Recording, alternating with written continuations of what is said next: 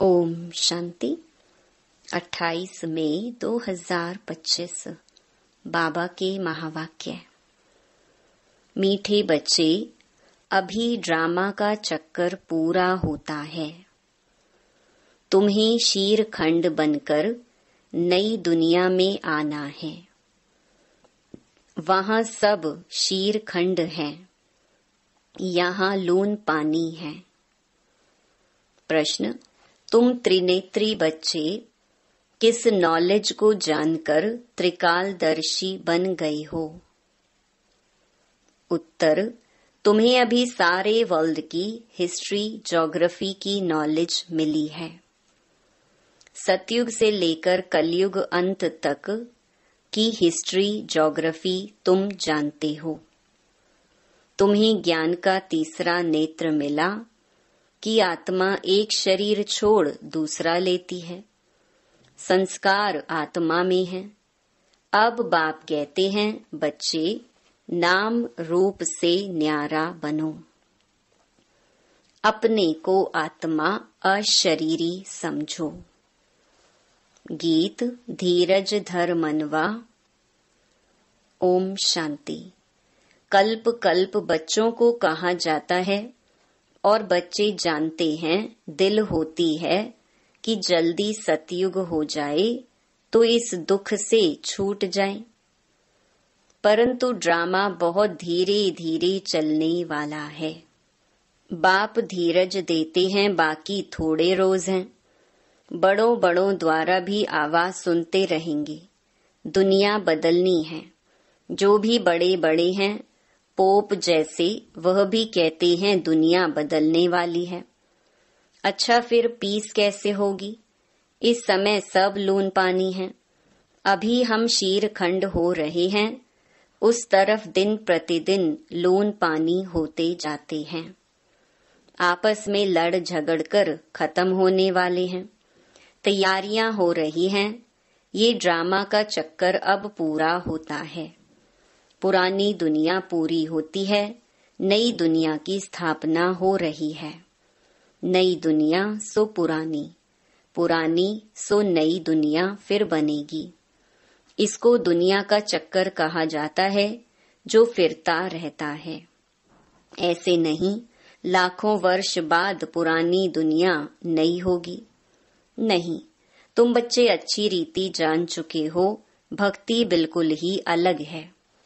भक्ति का कनेक्शन रावण के साथ है, ज्ञान का कनेक्शन राम के साथ है। यह तुम अभी समझ रहे हो।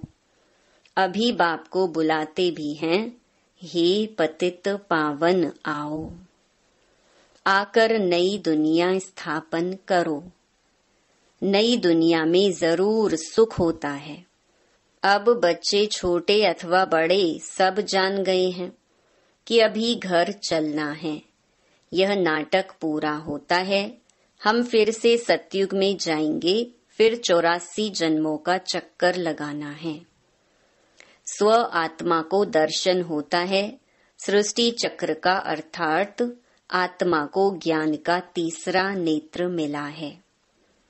उसको कहा जाता है त्रिनेत्री। अभी तुम त्रिनेत्री हो और सभी मनुष्यों को यह स्थूल नेत्र है।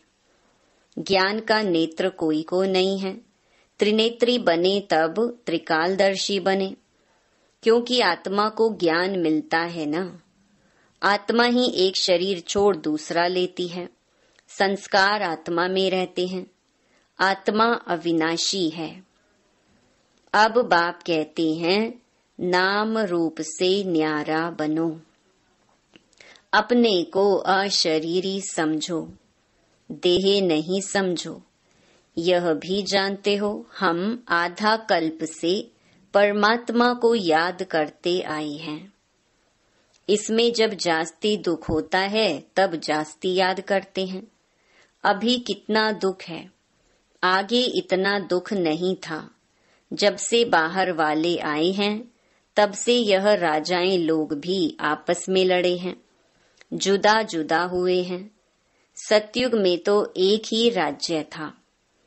अभी हम सतयुग से लेकर कलयुग अंत तक हिस्ट्री ज्योग्राफी समझ रहे हैं।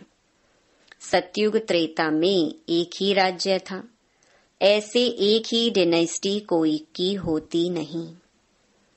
क्रिश्चियन में भी देखो फूट है, वहां तो सारा विश्व एक के हाथ में रहता है। वह सिर्फ सतयुग त्रेता में ही होता है। यह बेहद की हिस्ट्री ज्योग्राफी अभी तुम्हारी बुद्धि में है, और कोई सत्संग में हिस्ट्री ज्योग्राफी अक्षर नहीं सुनेंगे। वहां तो रामायण महाभारत आदि ही सुनते हैं। यहाँ वह बातें हैं नहीं। यहाँ है वर्ल्ड की हिस्ट्री ज्योग्राफी। तुम्हारी बुद्धि में है ऊंच ते ऊंच हमारा बाप है। बाप का शुक्रिया है जिसने सारा ज्ञान सुनाया है। एक आत्माओं का झाड़ है, दूसरा है मनुष्यों का झाड़। मनुष्यों के झाड़ में ऊपर में कौन है? ग्रेट ग्रेट ग्रैंडफादर ब्रह्मा को ही कहेंगे। यह जानते हैं ब्रह्मा मुख्य है, परंतु ब्रह्मा के पीछे क्या हिस्ट्री ज्योग्राफी है यह कोई नहीं जानते। अभी तुम्हारी बुद्धि में है ऊंच ते ऊंच बाप रहते भी हैं परम धाम में। फिर सूक्ष्म वतन का भी तुमको मालूम है। मनुष्य ही फरिश्ता बनते हैं, इसीलिए सूक्ष्म वतन दिखाया है। तुम आत्माएं जाती हो, शरीर तो सूक्ष्म वतन में नहीं जाएगा। जाते कैसे हैं? उनको कहा जाता है तीसरा नेत्र, दिव्य दृष्टि अथवा ध्यान भी कहते हैं। तुम ध्यान में ब्रह्मा विष्णु शंकर को देखते हो। लोग दिखलाते हैं शंकर के आंख खोलने से विनाश हो जाता है। अब इनसे तो कोई समझ न सके। अभी तुम जानते हो विनाश तो ड्रामा अनुसार होना ही है। आपस में लड़कर विनाश हो जाएंगे। बाकी शंकर क्या करते हैं? यह ड्रामा अनुसार नाम रख दिया है, तो समझाना पड़ता है ब्रह्मा विष्णु शंकर तीन हैं। स्थापना के लिए ब्रह्मा को रखा है, पालना के लिए विष्णु को, विनाश के लिए शंकर को रख दिया है। वास्तव में यह बना बनाया ड्रामा है। शंकर का पार्ट कुछ भी है नहीं। ब्रह्मा और विष्णु का पार्ट तो सारे कल्प में है। ब्रह्मा सो विष्णु, विष्णु सो ब्रह्मा। ब्रह्मा के भी 84 जन्म पूरे हुए तो विष्णु के भी पूरे हुए। शंकर तो जन्म मरण से न्यारा है, इसलिए शिव और शंकर को फिर मिला दिया है। वास्तव में शिव का तो बहुत पार्ट है। पढ़ाते हैं, भगवान को कहा जाता है नॉलेजफुल। अगर वह प्रेरणा से कार्य करता तो सृष्टि चक्र का ज्ञान कैसे देता? इसीलिए बाप समझाते हैं बच्चे, प्रेरणा की तो कोई बात ही नहीं। बाप को तो आना पड़ता है। बाप कहते, बच्चे मेरे में सृष्टि चक्र का ज्ञान है। मेरे को यह पाठ मिला हुआ है, इसीलिए मुझे ही ज्ञान सागर नॉलेजफुल कहते हैं। नॉलेज किसको कहा जाता है? वह तो जब मिले तब पता पड़े। मिला ही नहीं है तो अर्थ का कैसे मालूम पड़े? आगे तुम भी कहते थे ईश्वर प्रेरणा करते हैं, वह सब कुछ जानते हैं। हम जो पाप करते हैं ईश्वर देखते हैं। बाबा कहते हैं यह धंधा मैं नहीं करता हूँ। यह तो जैसा कर्म करते हैं उसकी खुद ही सजा भोगते हैं। मैं किसको नहीं देता हूँ, ना कोई प्रेरणा से सजा दूंगा।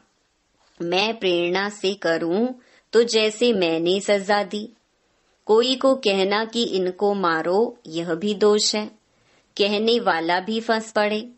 शंकर प्रेरणा दे तो वह भी फंस जाए। बाप कहते हैं मैं तो तुम बच्चों को सुख देने वाला हूँ।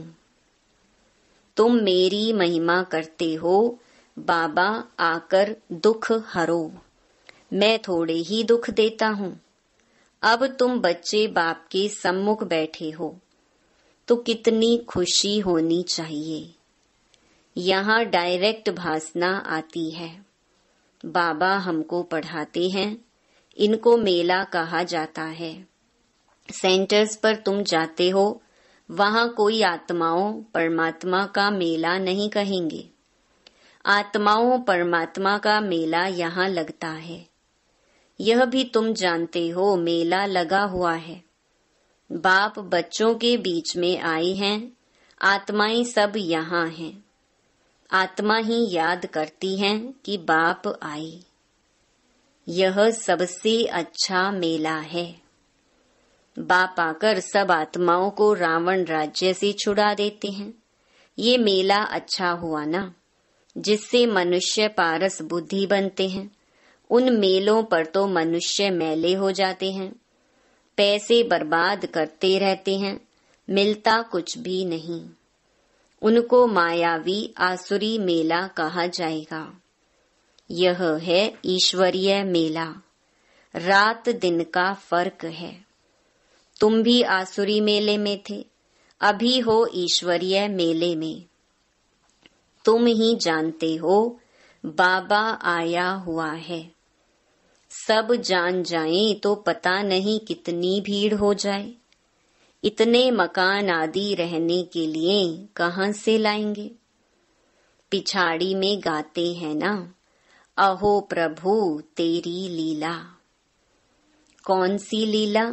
सृष्टि के बदलने की लीला। यह है सबसे बड़ी लीला। पुरानी दुनिया खत्म होने से पहले नई दुनिया की स्थापना होती है। इसीलिए हमेशा किसको भी समझाओ तो पहले स्थापना विनाश, फिर पालना कहना है। जब स्थापना पूरी होती है तब फिर विनाश शुरू होता है, फिर पालना होगी। तो तुम बच्चों को यह खुशी रहती है, हम स्वदर्शन चक्रधारी ब्राह्मण हैं, फिर हम चक्रवर्ती राजा बनते हैं। यह कोई को पता नहीं इन देवताओं का राज्य कहाँ गया, नाम निशान गुम हो गया है। देवता के बदले अपने को हिंदू कह देते हैं।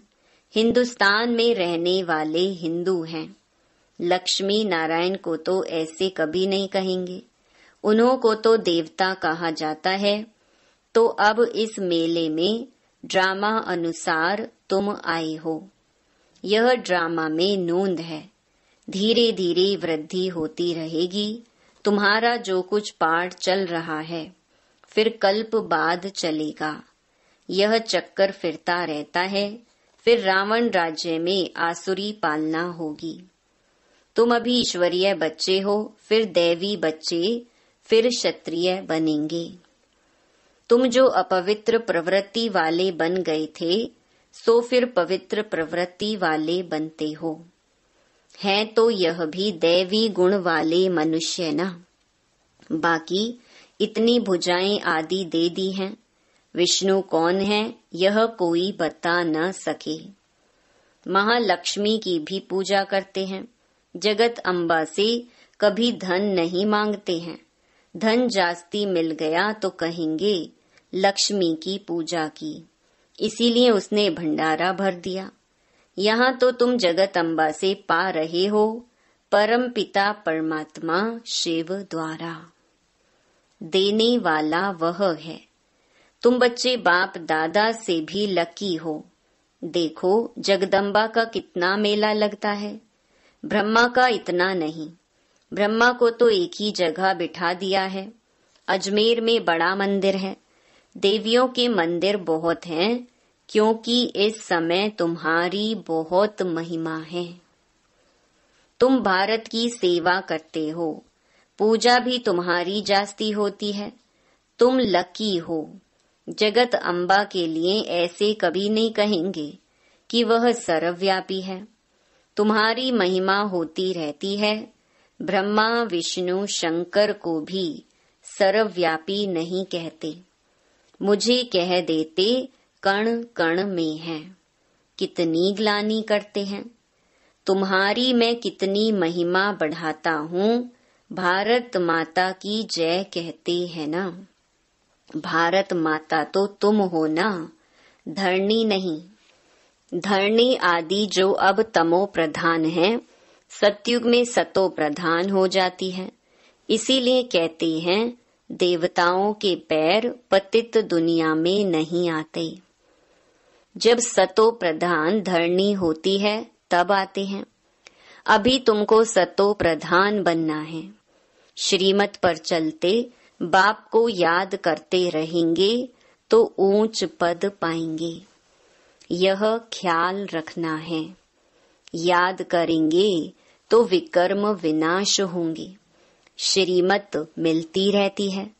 सतयुग में तो तुम्हारी आत्मा पवित्र कंचन हो जाती है, तो शरीर भी कंचन मिलता है।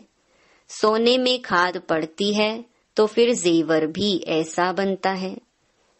आत्मा झूठी तो शरीर भी झूठा। खाद पड़ने से सोने का मूल्य भी कम हो जाता है। तुम्हारा मूल्य अब कुछ भी नहीं है। पहले तुम विश्व के मालिक 24 कैरेट थे, अभी 9 कैरेट कहेंगे। यह बाप बच्चों से रूह रिहान करते हैं, बच्चों को बैठ बहलाते हैं। जो तुम सुनते सुनते चेंज हो जाते हो, मनुष्य से देवता बन जाते हो। वहां हीरे जवाहरातों के महल होंगे, स्वर्ग तो फिर क्या। वहां के शूबी रस आदि भी तुम पीकर आते हो। वहां के फल ही इतने बड़े बड़े होते हैं, यहाँ तो मिल ना सके। सूक्ष्म वतन में तो कुछ है नहीं। अभी तुम प्रैक्टिकल में जाते हो। यह है आत्मा और परमात्मा का मेला। इनसे तुम उज्जवल बनते हो। तुम बच्चे जब यहाँ आते हो तो फ्री हो, घर बार धंधे आदि का कोई फुरना नहीं है। तो यहाँ तुमको याद की यात्रा में रहने का चांस अच्छा है। वहां तो घर घाट आदि याद आता रहेगा। यहाँ तो कुछ है नहीं। रात को 2 बजे उठकर यहाँ बैठ जाओ। सेंटर्स पर तो रात को तुम जा नहीं सकते। यहाँ तो सहज है। शिव बाबा की याद में आकर बैठो और कोई याद ना आए। यहाँ तुमको मदद भी मिलेगी। सवेरे जल्दी सो जाओ, फिर सवेरे उठो। 3 से 5 बजे तक आकर बैठो। बाबा भी आ जाएंगे, बच्चे खुश होंगे। बाबा है योग सिखलाने वाला, यह भी सीखने वाला है। तो दोनों बाप और दादा आ जाएंगे। फिर यहाँ और वहाँ योग में बैठने के फर्क का भी पता पड़ेगा। यहाँ कुछ भी याद नहीं पड़ेगा। इसमें फायदा बहुत है। बाबा राय देते हैं, यह बहुत अच्छा हो सकता है। अब देखें बच्चे उठ सकते हैं। कईयों को सवेरे उठने का अभ्यास है। तुम्हारा संन्यास है 5 विकारों का और वैराग्य है सारी पुरानी दुनिया से। अच्छा, मीठे मीठे सिकिलधे बच्चों प्रति मात पिता बाप दादा का याद प्यार और गुड मॉर्निंग। रूहानी बाप की रूहानी बच्चों को नमस्ते। धारणा के लिए मुख्य सार। पहला, अभी सृष्टि बदलने की लीला चल रही है, इसीलिए स्वयं को बदलना है। शीरखंड होकर रहना है। दूसरा, सवेरे उठकर एक बाप की याद में बैठना है। उस समय और कोई भी याद ना आए। पुरानी दुनिया से बेहद का वैरागी बन 5 विकारों का संन्यास करना है।